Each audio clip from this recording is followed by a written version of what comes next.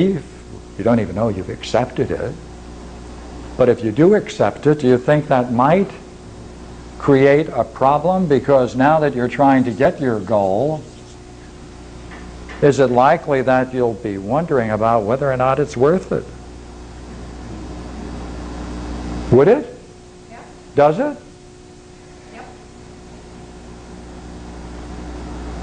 Now, does that rob you? Does it rob the person of some vitality, some energy in this pursuit? Does it set them up for a failure and a defeat? Because, look here, what would follow if you were to go ahead and gain your goal and then go back and have a nice talk with Dad?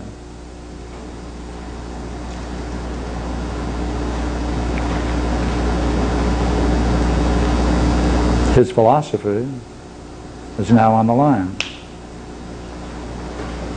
If you're right, then he's wrong, and he's wrong about his whole life and all the implications of that wherever they go in the family. That's a loaded discussion, isn't it? Or he may not even show up. Now look here, see. From these situations then, right, we do something very good. We combine the two. Man the knower, man the believer. We combine them both.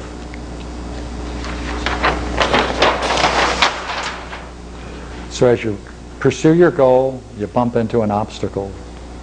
Whatever obstacle and block you've had in your life, it's very, very likely that it's cyclical. That means it's happened in the past again and again and again and again. And some features, therefore, of this cyclical problem you've had is very likely to be traced back to that very teaching. So what does that mean? It means this, you see.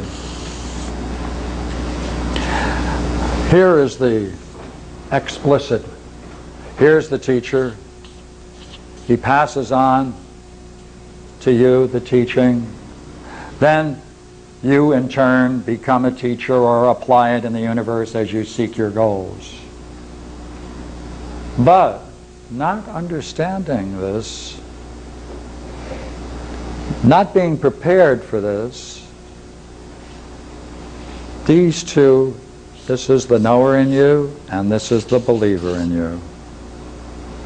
And so now, as you now apply this to your goal, something curious comes in. You forget entirely about the fact that the obstacles and the difficulties you've encountered arrive once more. You forget entirely that you've been here before, cyclically again and again and again, and amnesia sets in,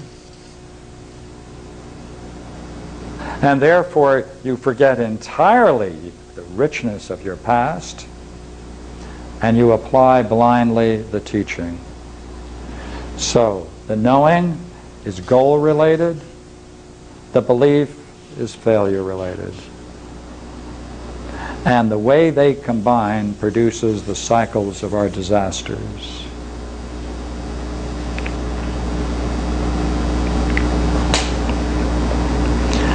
Now, the way to understand problems and to work through them is called philosophical midwifery. Now, if we were to take the young lady here, all right, and say, all right, let's take a particular situation and see how this has played itself out. Let's find out when it did it, specifically, particularly. Let's see what state of mind you were in. Let's see what kinds of thoughts and feelings occurred at that time. Let's trace it out in great detail and see whether or not this teaching isn't playing a major role. If it's playing a major role towards compromising, now there are three ways you can compromise on your goal or lose your goal. The best one is you can get it and depreciate it. Consider it secondary. Don't nurture it. don't develop it, and therefore you lose it. The other way of failing is you can approach it, get angry over the fact that you're getting close to your goal, and give it up in anger. That's failure.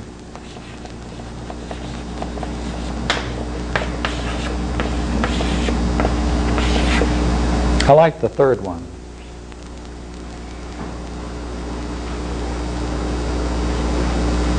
You can say it's not me, it's the world.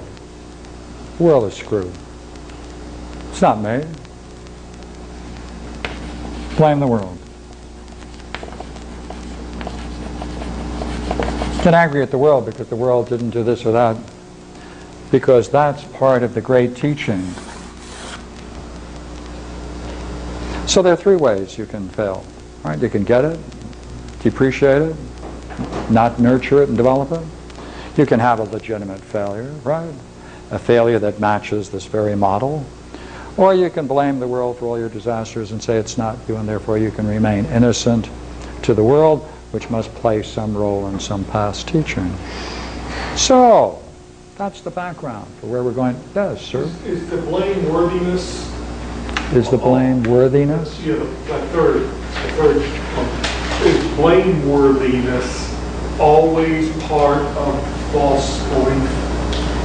The Yes. blameworthiness of the world? Yeah, Or the of course. world's unjust, the world's not good? Of course. We would say the world is just, the world is good, not false. See, that's quite right, you see, because this way of understanding things will show that you have to have the problem you have. You have to have the problem you have, and you have to act the way you're acting, because it's perfectly appropriate given your background. Now, the only interesting question is, do you want to change it? It's like looking at this chalk, you know, and saying, hey, look how dented it is, and ill-shaped it's become.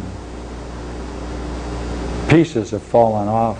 It's no longer perfect. You could say the same thing and say, it's remarkable how this chalk is exactly what it is, precisely because of all the pressures applied to it and all the circumstances that accumulated, making it what it is. It's a perfect, this is absolutely perfect, being what it is, exactly what it is, in the way in which it is.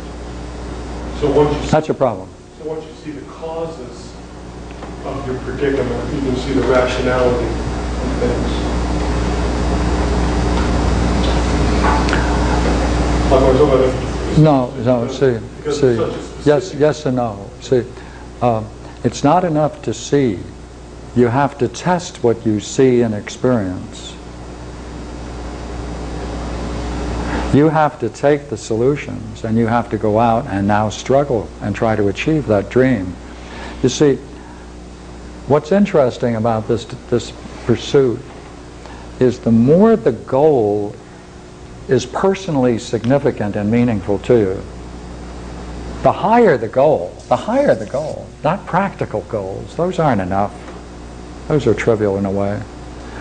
The higher the goal, the more meaningful the goal, the more the basic ideas that we're talking about over here will emerge and manifest themselves. And that's why in this game, the highest ideal is excellence.